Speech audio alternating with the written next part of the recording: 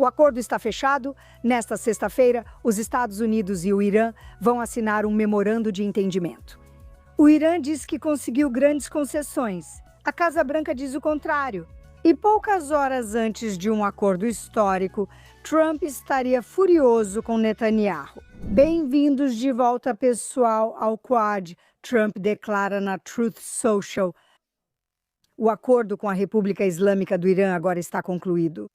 Parabéns a todos. Mas é isso que o Irã está dizendo. Veja. No destaque desta noite, a notícia de última hora. O Irã está declarando vitória neste momento. O ministro das Relações Exteriores vai à TV esta noite para fazer essa declaração. Que você tem a vantagem e a desvantagem. Nós somos os vencedores deste campo de batalha. A República Islâmica do Irã saiu vitoriosa. O povo iraniano alcançou a vitória. Isso não é um slogan. Isso não é exagero. Os Estados Unidos foram obrigados a assinar um acordo para encerrar a guerra com a República Islâmica do Irã e a Frente de Resistência. Para alcançar seus objetivos sinistros, sofreu pesadas derrotas em todos os seus objetivos estratégicos. Enquanto a República Islâmica do Irã alcançou vitórias brilhantes nesta guerra. Na verdade, o próprio inimigo foi forçado a pedir um cessar-fogo e negociações. Ok, estou realmente zonza com o que aconteceu nas últimas semanas. Um lado alega ter direito de enriquecer urânio. Esse é o iraniano, claro. Os Estados Unidos afirmaram que nunca permitirão enriquecimento nuclear de nenhuma forma. Ruth, sei que você está pronta para começar. Ok, você está confusa com o que o Irã e os Estados Unidos estão dizendo? Eu fico confusa com o que o presidente Trump diz e muda a cada 5 minutos e tuita a cada 5 minutos, tá? Essa é a minha confusão. E eu só gostaria de dizer que você está certa, as narrativas deles são sempre opostas, mas uma coisa é clara. Nem importa o que está no acordo neste momento ou no memorando de entendimento. E por que não importa? Porque, primeiro, se a Casa Branca quisesse divulgar os pontos desse memorando, já teria feito isso. E não fez isso, deixando o campo livre para o Irã apresentar todos esses pontos do acordo. Esse é um ponto. E o segundo é que isso já é uma capitulação. Isso já é transformar a vitória em derrota, aconteça o que acontecer. Você acha mesmo que isso vai acontecer em 60 dias? Agora, eu acho que o Irã vai cumprir qualquer tipo de acordo? Não. Eu não acho. Estou preocupada porque o presidente Trump está tão animado com um acordo.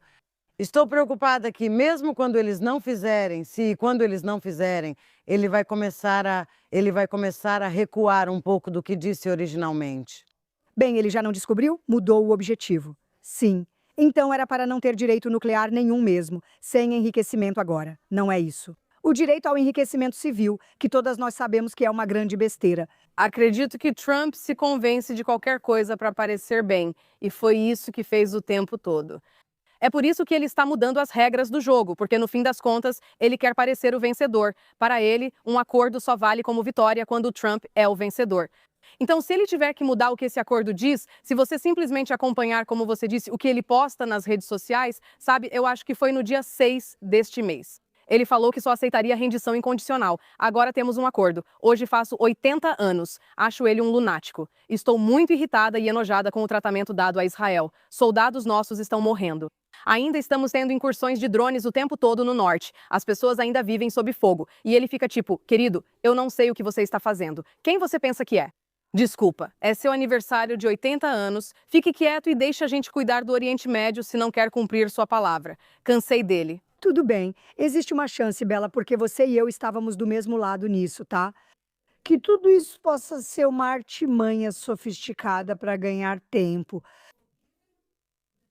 Os 60 dias para terminar a Copa do Mundo, para ter o 4 de julho de 250 anos, para fazer as economias do mundo voltarem a funcionar, para tirar a pressão econômica de sua administração, para afastar os isolacionistas. Será que pode ser isso? Ainda há uma chance? Ai, eu sinto como se você estivesse com torcicolo, eu estou com déjà vu, tá bom. Do que aconteceu quando todos os reféns tinham acabado de voltar para casa, Trump estava aqui em Jerusalém e todo mundo aplaudindo. O que aconteceu? Nós trouxemos os reféns para casa. Trouxemos os reféns para casa, mas o que ocorreu ao lidar com os terroristas? Por isso, apoio totalmente mudar as regras do jogo. Eu sou totalmente a favor de ficarmos felizes com uma coisa, mas ainda assim, eu ainda estou fazendo perguntas tipo, o Hamas se desarmou? Nós chegamos a algum acordo? E é mais tempo em cada área. Então, especificamente sobre isso, a forma como eu estava vendo isso era, ok, então são 2 horas, depois 3 horas. Você está falando de 2 horas em anos de cachorro? 2 horas. Ou tipo, sabe, em 2 horas o acordo vai ser assinado, em 2 horas. Foi umas 6 horas depois, bem a tempo da luta do UFC ou o que estivesse rolando nos Estados Unidos.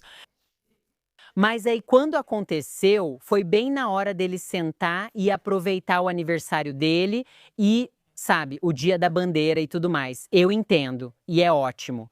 Eu realmente quero ficar do lado dele o máximo possível e dizer, você tem acesso a informações sigilosas que eu não tenho.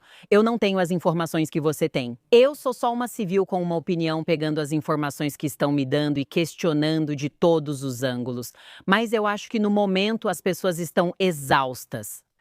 Vidas foram perdidas além do imaginável. Chega um ponto em que eu digo, se vocês vão continuar fazendo isso, então por que não deixam Israel lidar com o que precisa ser enfrentado?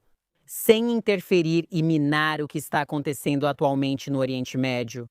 Eu entendo a situação entre onde os Estados Unidos estão e o quanto os Estados Unidos avançaram em termos de apoio e em garantir que realmente estão mostrando quem são como aliados de Israel.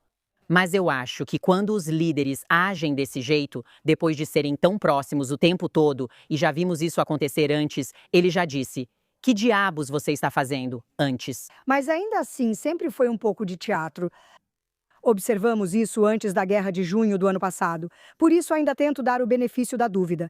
Dei entrevista hoje na rádio israelense e eles perguntaram: sério? Eu disse: sim. Ainda acho que há muito teatro envolvido. E também, na diplomacia, existe algo chamado ambiguidade construtiva, que significa que você interpreta as coisas de uma maneira. Eu vou interpretar as coisas de outra forma, que é sobre o que você escreve, déjà vu. Um pouco do que aconteceu com Gaza. Olha, conseguimos trazer os reféns de volta para casa. Sim. Trouxemos os reféns quando ele afirmou que o acordo estava fechado e o Hamas respondeu, o quê? E ele meio que forçou o acordo dizendo que já estava feito. Existe uma chance? Eu ainda volto a isso porque quero acreditar que Trump não quer assinar um acordo no mesmo nível do JCPOA do Obama. Ele não quer ser como o Obama. Isso é a última coisa que ele quer ser. Sempre existe uma chance, Jim Carrey. Mas no final das contas, no fim do dia, Trump se importa com os mercados. Ele se importa com o petróleo. Ele se importa com a economia. Olha só, olha como ele está falando. Está aberto. Abasteçam seus navios. O comércio de petróleo está aberto. Como estava aberto antes? O que você ganhou? Você não ganhou nada. Eu acho que ele se importa com os mercados. Sempre que começa a subir, ele faz algum anúncio maluco que faz tudo cair. Acho que ele liga mais para os mercados do que para o povo iraniano ou israelense. Sinceramente, me desculpe, acho que ele já era...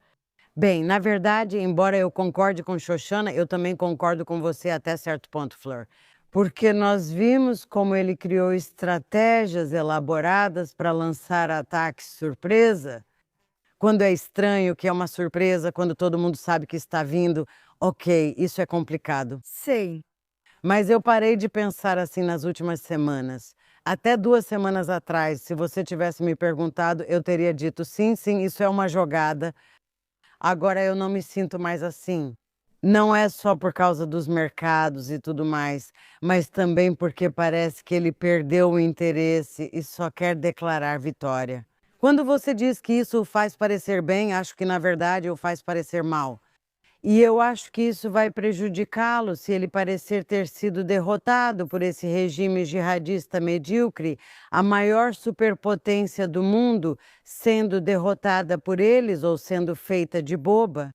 Isso vai prejudicá-lo, assim como os republicanos nas eleições de meio de mandato, não vai ajudá-los. Se ele acha que é melhor adiar, está errando. E, aliás, já chega de permitir que os residentes, os israelenses do norte e o povo iraniano, continuem sendo vítimas nisso. Então, o que mais me preocupa, para ser honesta, e esse foi o fracasso colossal do Obama, o alívio das sanções foi o dinheiro entrando. Uma coisa é o Estreito de Hormuz ser aberto, que é a principal rota de exportação deles. Eu entendo isso. Eu entendo isso. E o fato de que o Trump, você sabe, se prejudicou quando fez um duplo bloqueio, sabe? Mas eles estão falando sobre 25 bilhões de dólares em ativos congelados sendo liberados. É isso que os iranianos estão dizendo. E uma reparação de 300 bilhões de dólares para o plano de reconstrução da guerra. Quem está disponibilizando esse dinheiro? E qual é a diferença entre isso e o Obama mandando aviões cheios de dinheiro para a República Islâmica, 20 anos depois? E metade desse valor, aliás. E todo o valor. O dele era 175 bilhões, digamos. E isso está sendo noticiado. 350 bilhões. E então a outra coisa, e é por isso que ainda estou dando o benefício da dúvida para Trump, o cronograma. Então, se o dinheiro for liberado antes de haver algum movimento, se algo estiver acontecendo com o urânio, então eu vou dizer que isso é uma derrota.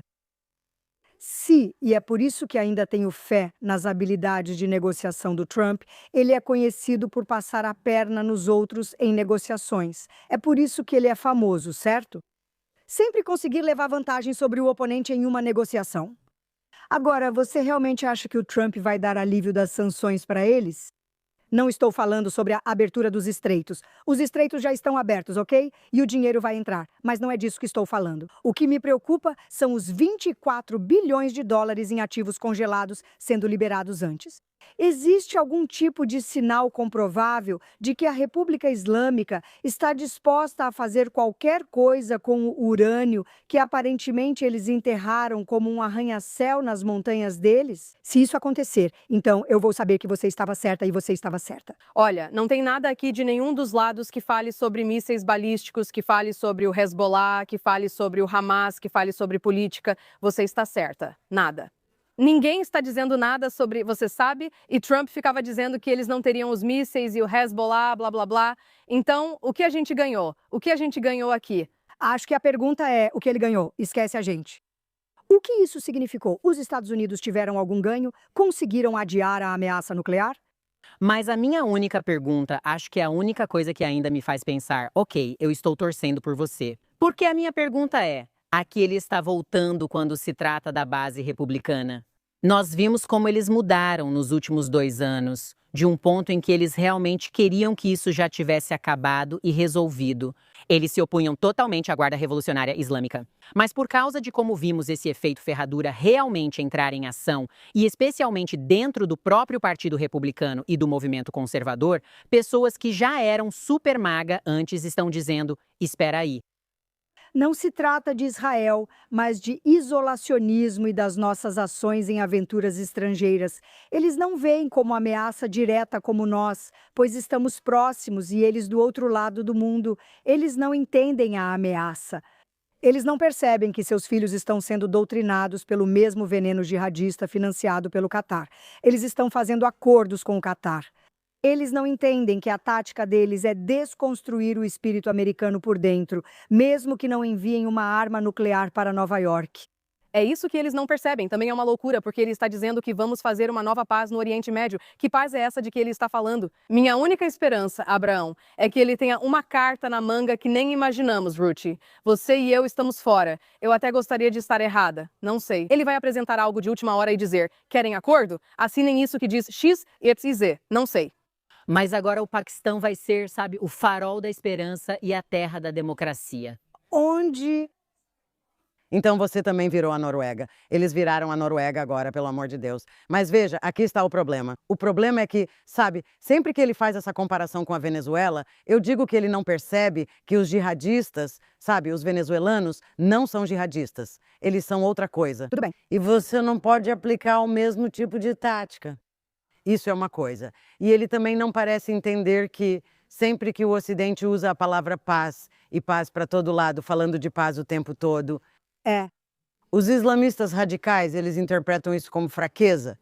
Fraqueza. E a percepção é tipo 99% no Oriente Médio. Então você pode ter o melhor exército do mundo.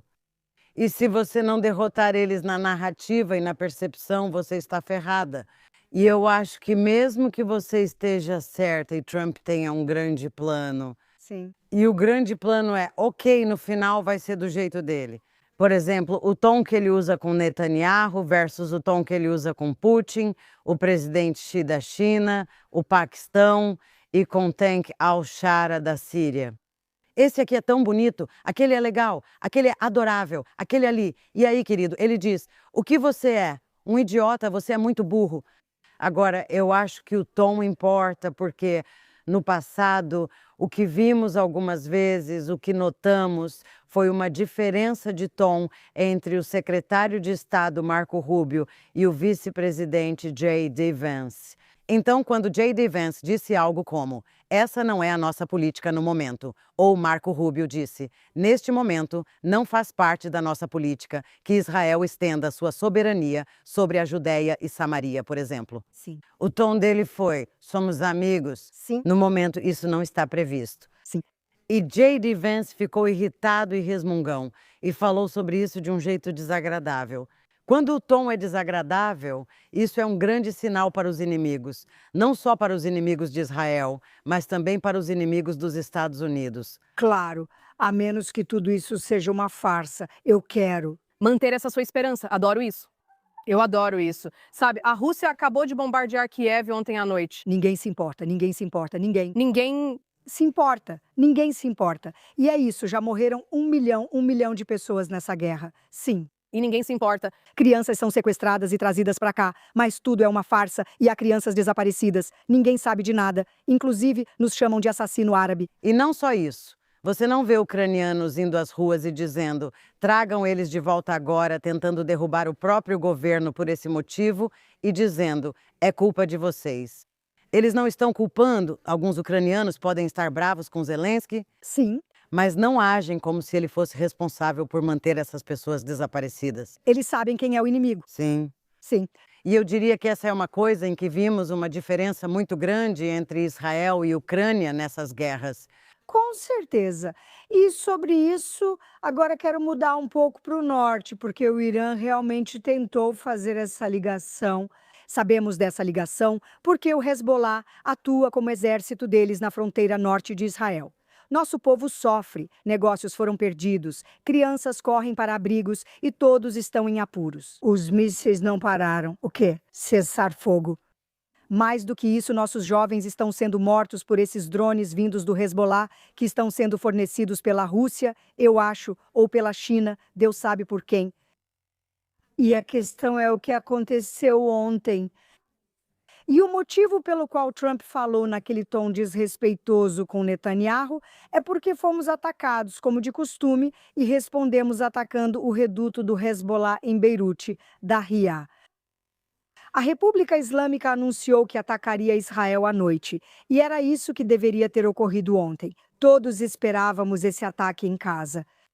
E os Estados Unidos, menosprezaram Netanyahu, disseram, por que você está fazendo isso agora? Não estrague o meu acordo, mesmo que estejamos respondendo a um ataque direto. E o boato é que algo foi dado a Teherã para não atacar Israel. Ruth, você estava falando sobre isso mais cedo. Deus sabe o que foi isso. Bem, nós não sabemos, mas sabemos de uma coisa com certeza, que as negociações entre Israel e Líbano em Washington têm acontecido, essas conversas onde nós ficamos tão aliviadas. Por fim, o governo libanês reconhece que estamos juntos para derrotar o Hezbollah. Embora eu tenha que dizer não, porque o presidente libanês diz que não vai, ele ou tem medo de ser assassinado, ou também odeia Israel, não importa. Na semana passada foi bom. Ele disse a Teherã, vocês não são nossos soberanos. Não, ele disse a Teherã, vocês não são nossos soberanos. Sim. Mas o que ele não está fazendo é tentar eliminar o Hezbollah. Certo. Ele está deixando Israel fazer isso, Lindsay, e ao mesmo tempo criticando Israel. Agora, ontem à noite, quando Israel atacou redutos do Hezbollah em Beirute, você sabe, no subúrbio de Beirute, Dahiya. Isso foi depois de dias e dias em que Netanyahu prometeu, e o ministro da Defesa Katz prometeu, que qualquer drone ou míssil lançado contra o norte teria essa resposta. E não fizemos. E sabe por quê? Havia algum tipo de distinção semântica. Se nós interceptássemos antes de cruzar a fronteira com Israel, então não contava. Nós deixamos eles lançarem mísseis e drones contra nós dia após dia. Foi só ontem que finalmente Netanyahu disse, Ok, temos que fazer isso. Eu estava esperando dia após dia. E mesmo assim, ainda foi preciso. Então, na verdade, Netanyahu ainda está realmente tentando permanecer nas graças de Trump e, ao mesmo tempo, dizendo que precisamos nos defender. Ele está em uma situação sem saída. Ele é um impostor, eu concordo. E em relação ao Líbano, você estava dizendo antes, Shoshana, que as pessoas agora... Eles já estão indo para o sul, ou seja, os libaneses que evacuaram, porque a ideia era pedir que saíssem para não se ferirem. Mas, além disso, os terroristas, obviamente, estão se aproveitando e agora todos eles estão voltando, estão retornando em massa. O problema é que disseram que há um acordo sendo assinado. Todo mundo sabe que o Irã é quem dá as cartas. Todo mundo sabe que o Irã está no comando do Líbano, exceto, aparentemente, Trump. Mas do jeito que eu vejo, porque o duplo padrão está literalmente bem aqui agora. Não precisamos ir tão longe. Os Estados Unidos... Um helicóptero militar dos Estados Unidos é abatido. Não houve vítimas. Os Estados Unidos literalmente foram atrás deles logo em seguida. Não teve essa de por que vocês fizeram isso? Ou talvez vocês devessem ter esperado. Não, eles não fizeram isso. Espere um segundo. Só quero ressaltar. Mesmo naquela época, Trump disse que os pilotos não foram mortos. Não foi imediato. Ele já começou a dizer isso. Se ninguém morrer, você não pode revidar. Trump também comentou sobre a queda do helicóptero Apache. Bem, os pilotos sobreviveram e levou algumas horas. Não lembro exatamente quando ele disse, ok, temos que fazer algo. E isso pode ter sido porque o secretário de Defesa Hegseth disse a ele, você não pode fazer isso, temos que... Como eu disse, ele tentou dizer que ninguém morreu. Foi estranho, houve um momento estranho. Ele disse que não era nada demais. Ele realmente usou as palavras não é nada demais no início. Bem, foi isso que ele disse. Ele disse que um cessar-fogo só significa que você atira um pouco mais de leve. Moderadamente. Como no Oriente Médio que... Cessar-fogo. Talvez ele não esteja errado sobre isso. Isso é um cessar-fogo aqui. Veja todos os cessar-fogos, esses em Hamas. Nós vemos que eles atiram isso. Exatamente. Acho que essa é a descrição perfeita porque perguntei e continuei perguntando nas últimas semanas. O que significa isso? Hoje, exatamente onde estou, o que é cessar fogo? Porque se mais uma pessoa gritar isso, você precisa me explicar o que isso realmente significa? Significa que temos sorte de contar com o Domo de Ferro. E eu odeio dizer isso, minha filha. Você sabe que passou toda a vida dela, a infância, em quartos seguros e abrigos antiaéreos e máscaras de gás. Tudo isso, tá? Ela me disse quando a guerra de Gaza começou, ou um pouco antes disso, e 7 de outubro, quero dizer, já houve outras guerras em Gaza. Ela disse, na verdade, o Domo de Ferro foi a pior coisa que aconteceu pra gente. Eu falei, como você pode dizer isso? Salvou tantas vidas. E ela disse, esse é o problema, porque a gente está usando isso. A gente diz, você tem que tratar cada ataque de míssil como se tivesse matado, sim, milhões de pessoas. Bem, é isso que até o pessoal da nuvem estava dizendo. Eles dizem agora... São raras intenções, só um soldado comum e um defensor. Isso não significa que eles não querem nos matar. Bem, exatamente. Estou dizendo, tentativa de assassinato, pois se algo acertar, tentativa vira assassinato. De genocídio. É o que é. Olá, sem isso e olhe para o Irã. Quando eles lançaram todos aqueles mísseis contra nós, eu tenho interesse em entender como o Golfo está interpretando isso, porque, sabe, os Emirados Árabes Unidos foram atacados ferozmente. Os sauditas foram atacados. Quero dizer, os cataris são hipócritas. Eles estão jogando dos dois lados. Então, quero dizer, eu realmente não tenho muito respeito por eles. Mas eu me pergunto se eles estão de acordo ou se agora estão mais preocupados do que nunca que a vingança venha ainda mais forte do que antes. É o que eu acho. É isso que eu acho. Eles viam os Estados Unidos e Israel também, aliás, como o lado mais forte. Pois algo que os estados do Golfo tinham era respeito por Israel. Sim, respeito. Não foi só um grande amor, mas também respeito e compreensão de interesses comuns.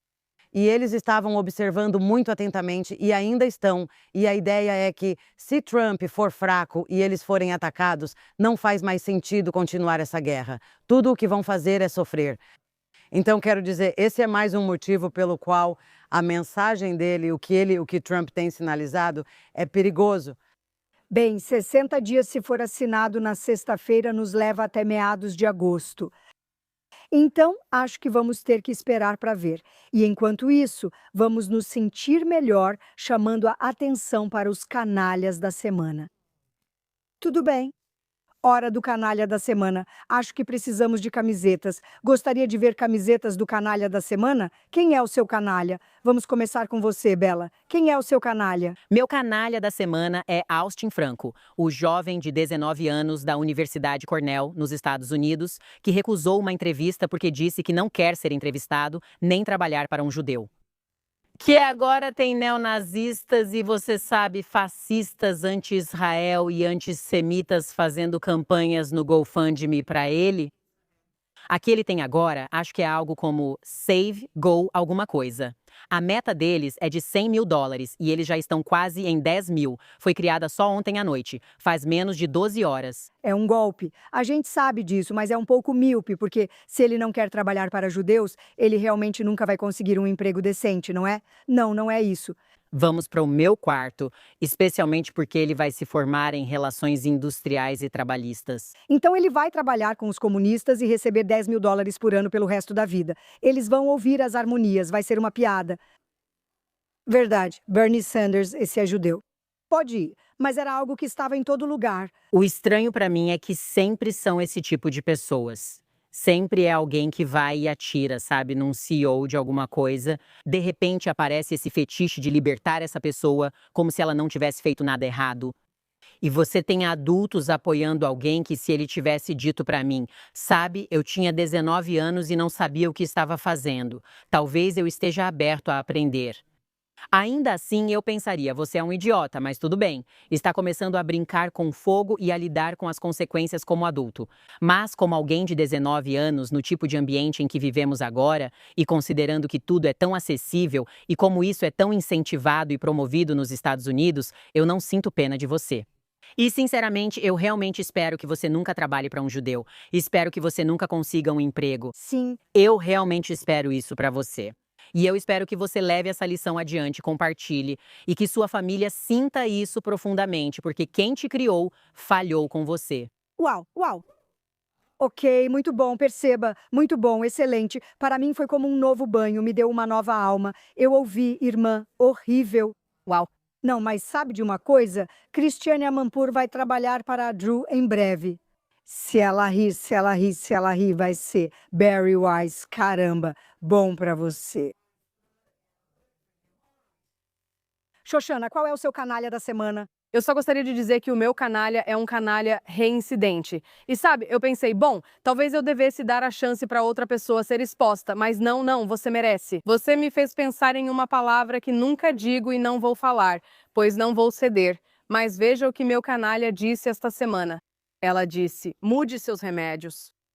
Mas com quem ela falava? Era a Francesca Albanese. Devíamos pedir para ela fazer melhor, cachorro. Aquele cachorro. Devíamos fazer.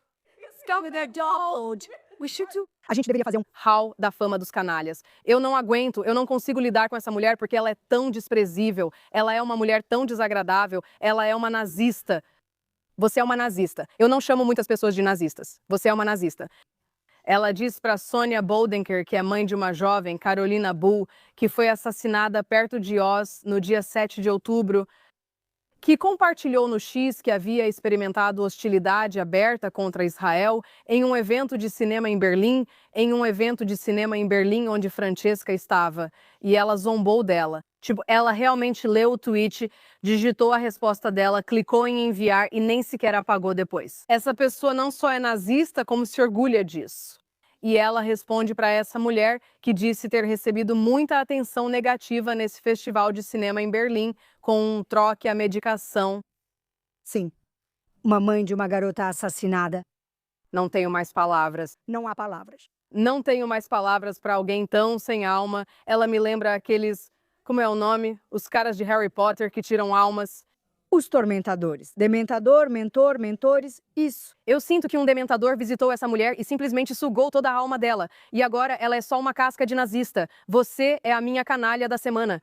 Se Deus quiser, Bezrat Hashem, vou pôr sua foto aqui porque você merece. Sim, e voltando a Barry Wise, acabei de ler um relatório de que o 60 Minutes estava prestes a fazer um documentário sobre Francesca Albanese. Um documentário bem leve, suave. E glorificando ela. E adivinha quem pediu isso? Sim, Barry Wise. Aí está. Mas também outra coisa, voltando a isso, é que se ela pode dizer algo assim para alguém que realmente está sofrendo algo assim, isso é tão nojento. Que tal você dizer para a namorada da sua filha mudar os remédios dela? Diga para Greta Thunberg mudar os remédios dela. Uau, tudo bem, você é dura, você é um robô? Balmy está pegando fogo essa semana. Ruth, quem é o seu? Aliás, se você vai ter canalhas reincidentes, você poderia colocar as fotos deles por toda essa camiseta que você mandou imprimir. Ah, essa é uma boa ideia. Então, o meu canalha dessa semana não é uma pessoa, é um conceito, é uma frase. E é essa: Israel tem ou se reserva o direito de se defender?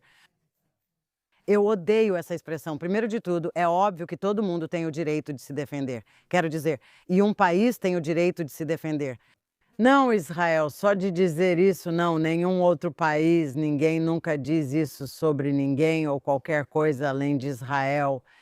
E o que isso indica é que existe algum tipo de dúvida se pode ou não. Então você quer ficar do lado de Israel. Você disse sim, Israel tem o direito de se defender. Bem, não, Israel tem o dever não só de se defender, mas de agir preventivamente, de ser agressivo e antecipar qualquer coisa, qualquer ataque que perceba.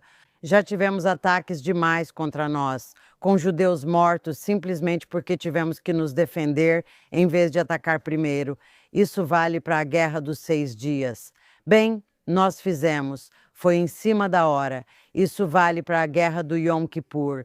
E certamente vale para o dia 7 de outubro. E muitos outros, os ataques do Hamas a partir de Gaza e do Hezbollah a partir do Líbano.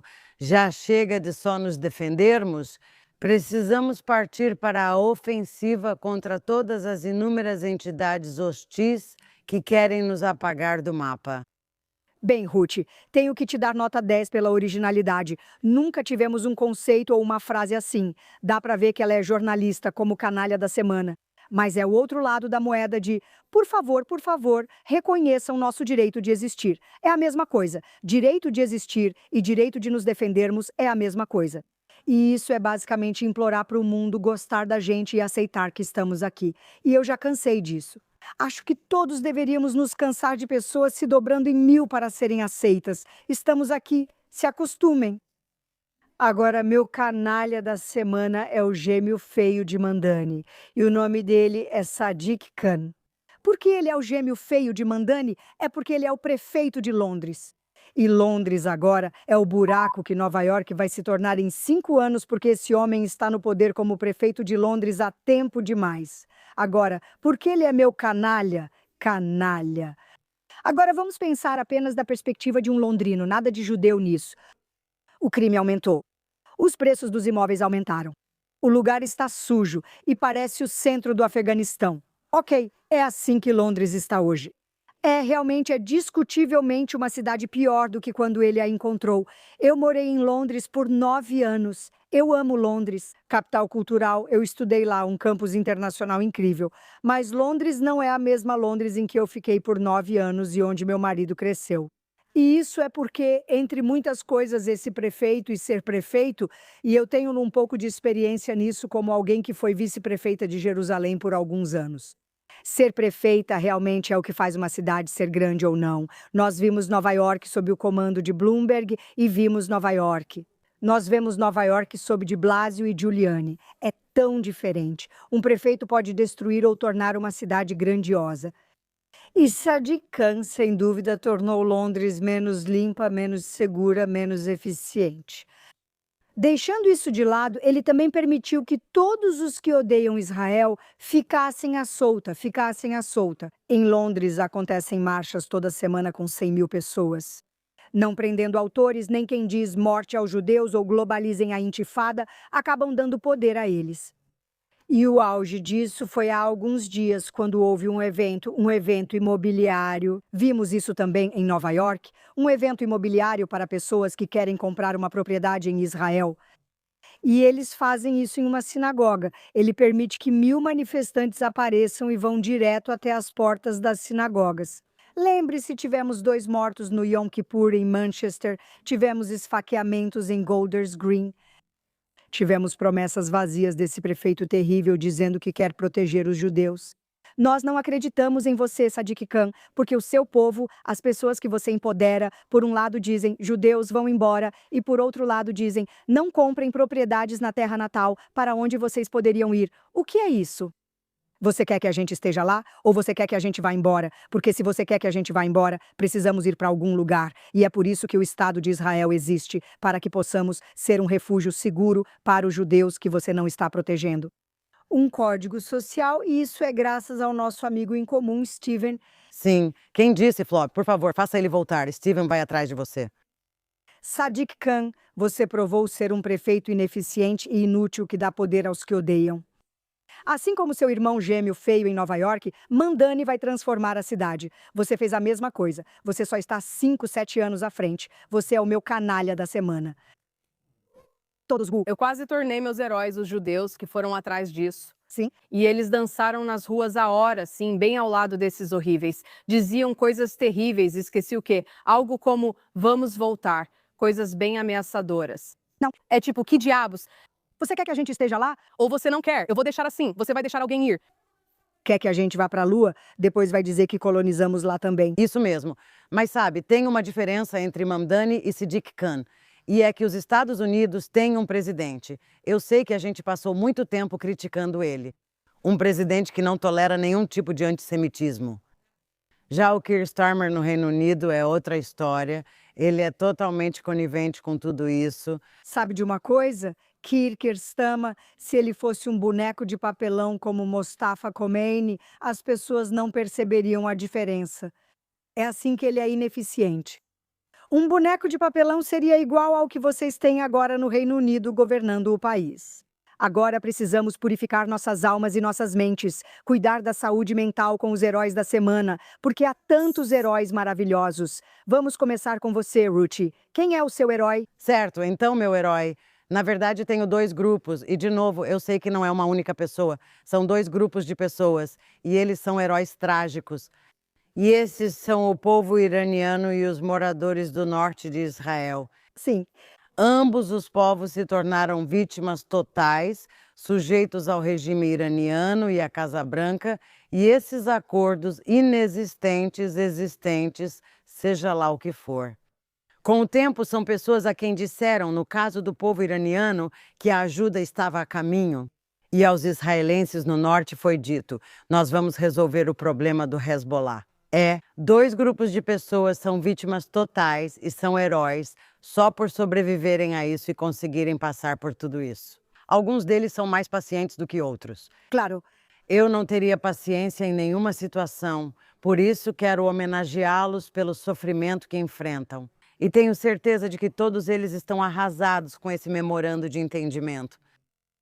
Eu concordo com você. Quero dizer, os iranianos, os moradores do norte, têm tido uma vida tão difícil nos últimos 2 anos e meio, mas também antes disso. Quero dizer, alguns deles há décadas. Não é novidade. Assim como o povo iraniano. O povo iraniano e os iranianos que foram às ruas. E por causa do apagão, nós não percebemos e o mundo não viu que eles continuaram com os protestos e continuaram executando-os. E eles continuaram matando essas pessoas nas ruas, continuaram prendendo e executando depois. E é isso que você não vê.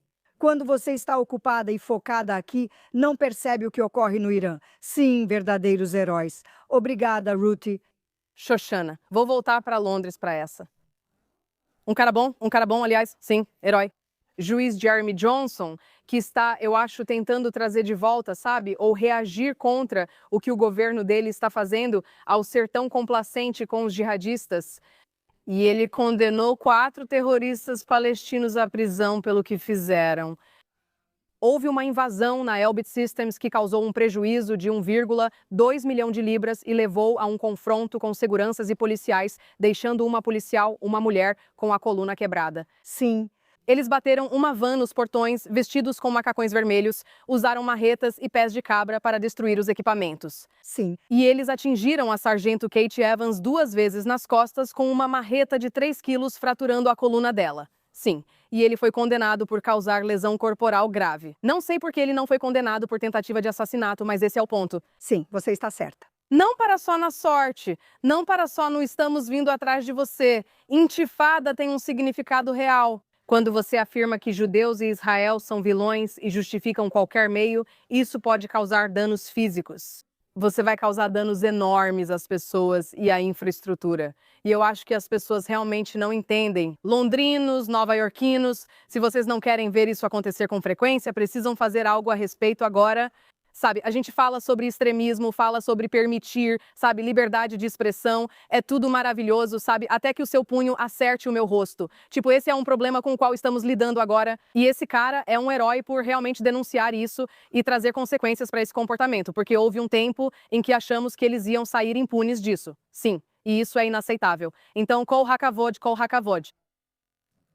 Muito obrigada, Justiça, por realmente trazer justiça para isso tão terrível. E as pessoas estão chocadas que ele deu a eles sentenças de prisão de 6 anos, o que pelo menos. Sim, mas eles achavam que iam sair impunes disso. E ouça isso, porque adivinha, hoje e quando formos ao ar, isso talvez já tenha sido decidido. Há um processo judicial sobre se o Grupo de Ação Palestino, o Grupo de Ação Palestino é um grupo terrorista. Eles foram classificados como grupos terroristas pelo governo britânico. Vamos dar isso a eles. Mas hoje há um debate no tribunal sobre se eles devem ser classificados assim. Então talvez a sentença desse cara seja anulada. Espero que não.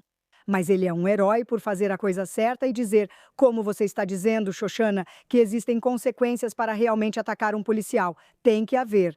Como não haveria se isso for anulado, acabou. Este será o marco, o ponto de referência no caminho, entende? Chega de criação gentil. Chega de criação gentil. Como você disse, se for fazer algo, fale na minha cara, pois quando eu crescia, era assim que aprendíamos. Você realmente aprende quem são as pessoas que você pode provocar e quem vai meio que... Elas farão isso, exatamente. Naquele momento, você aprendeu a lição. Por isso não há crime nos Emirados Árabes Unidos. Você vai aprender isso muito rápido. Eles te colocam na prisão por anos. Meu herói é Jerry Seinfeld, que também é uma repetição pra mim, com 3 palavras. Você gostaria de dizer algo sobre a Palestina? Você gostaria de dizer algo? Haha. Não existe. E aí... Seinfeld, e aí? Podemos ter uma Palestina e uma passagem livres? Me dá um pouco disso. Isso não existe. Era só isso que ele tinha a dizer. Foi uma entrevista desses caras bem estranhos da internet, cujo canal no YouTube, com 40 mil inscritos até algumas horas, foi banido, mas deve voltar até o fim do dia. Então, muito obrigada, YouTube, por pelo menos fazer algo certo por enquanto. E eles se chamam de Rede de Notícias Palestina. Então, tudo o que eles fazem é andar por aí e importunar as pessoas só para dizer Palestina livre quando estão em corrente contínua. Lá em Beverly Hills, em todo lugar. Mas eu preciso encontrar esse vídeo porque você precisa ver a reação dele. Ele ficou tão desanimado, o garotos para rosto, porque nada estava acontecendo. E então, com tudo isso, ainda teve esse clímax alguns dias atrás com o Knicks vencendo pela primeira vez depois de tantos anos. Agora você vai levar para o resto da vida essa lembrança que antecedeu uma vitória tão grandiosa. Você fez parte de um meme. Ok, obrigada. Sim. Eles disseram, podemos ter uma Palestina livre? E ele respondeu, isso nem existe. Foi tão lindo e todo mundo ficou enlouquecido com isso. Enlouquecido. Aposto que essa é a questão. Você conseguiu? Era isso que queria, mas ele nem lhes deu o prazer de dizer, vamos te ignorar. Só falou, não existe. E seguiu falando. É só isso? Adoro Jerry Seinfeld, ele tem estado super afiado. E a outra menção vai para Gwyneth Paltrow, que está recebendo muitas críticas por fazer esse anúncio para o empreendimento imobiliário de Herzliya. E Mehdi Hasan está enlouquecendo por causa do Seinfeld, dizendo que adora o programa. Parte do motivo, Mehdi, é o humor judeu do Seinfeld. Sim, e Gwyneth Paltrow, que sabia que haveria reação negativa. Ela não é burra. Sua equipe também devia saber. Mesmo assim, ela fez. Precisamos de mais heroínas. E talvez eu esteja me iludindo, ou talvez eu esteja sendo otimista demais, como sempre, mas eu sinto que talvez a maré cultural esteja mudando um pouquinho a cada dia. Todos os dias temos mais números saindo de Gaza sobre como todos esses supostos médicos e todos esses supostos jornalistas eram, na verdade, terroristas, o que estávamos dizendo o tempo todo. E o número de combatentes está ficando cada vez maior. E o número de civis inocentes está ficando cada vez menor. É isso que está acontecendo agora em Gaza. Ninguém quer falar sobre isso, mas é isso que está acontecendo. E talvez, só talvez a maré vire e talvez as pessoas voltem a pensar direito, eu não sei. Acho que sim, mas como você falou, devíamos parar de nos defender tanto. Sim, meu herói da semana. Sabe, eu adoro fazer isso com o público. Conheci ontem. E ele é o presidente da Somalilândia, que está em Israel com uma delegação muito importante. O nome dele é Abdi Abdirahman Mohamed Abdullahi. E ontem houve um almoço presidencial de Estado, para o qual tive a honra de ser convidada. E então ele foi cumprimentar todos nós. E quando ele estava no palco, ele disse algo que realmente me emocionou. Ele disse: "Nós somos um país há muitos anos. A Somalilândia é um país que lutou contra os piratas jihadistas da Somália. Eles sofreram e sobreviveram a um genocídio, um de verdade, não um falso como o dos palestinos em Gaza. Um genocídio que matou 200.000 pessoas. Eles se tornaram uma democracia diferente do vizinho na Somália, sempre tiveram uma mentalidade mais liberal. Eles são um país de maioria muçulmana que ama Israel." E ele apareceu. Ele foi para Israel em um momento complicado, com toda uma delegação, subiu ao palco ao lado do presidente israelense Isaac Herzog e disse: "Israel foi o único país que nos enxergou. Foi aí que eu quis chorar."